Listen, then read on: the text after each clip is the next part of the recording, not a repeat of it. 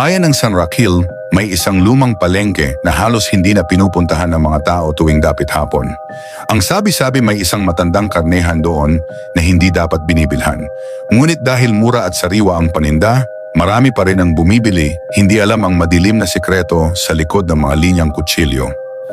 Isang gabi si Aling Cora, isang tindera ng gulay, ay napilitang manatili ng mas matagal sa palengke upang ayusin ang paninda niya para sa kinabukasan. Ang ilan sa kanyang mga kasamahan ay nagsialisan na, ngunit napansin niyang bukas pa rin ang ilaw sa karning tindahan ni Mang Elmo. Kilala si Mang Elmo sa pagiging tahimik at matipid sa salita. Ngunit ang pinakamalaking tanong ng lahat, saan niya nakukuha ang kanyang panindang karne? Hindi siya nag-aangkat mula sa slaughterhouse at hindi rin siya nakikita sa talipapa. Pero sa tuwing may nawawalang tao sa bayan, laging may bago at sariwang karne sa kanyang tindahan. Habang dumadaan si Aling Cora sa harap ng karnehan, napansin niyang bumukas ang kurtina sa likod. Isang pigil na daing ang narinig niya. Dahan-dahan siyang lumapit, hindi mapigilan ang sarili sa kuryosidad.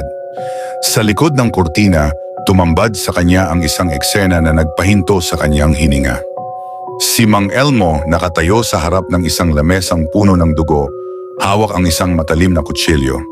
Sa harapan niya may isang lalaking nakahandusay, hindi na gumagalaw. Ang katawan nito ay ginugulungan ng mga piraso ng laman na inihahanda ni Mang Elmo, hindi baboy, hindi baka. Tao. Napaatras si Aling Cora, nanginginig ang mga kamay, ngunit sa malas, natapakan niya ang isang lata na gumulong sa sahig. Napatingin sa kanya si Mang Elmo at sa unang pagkakataon, nakita niyang ngumiti ito.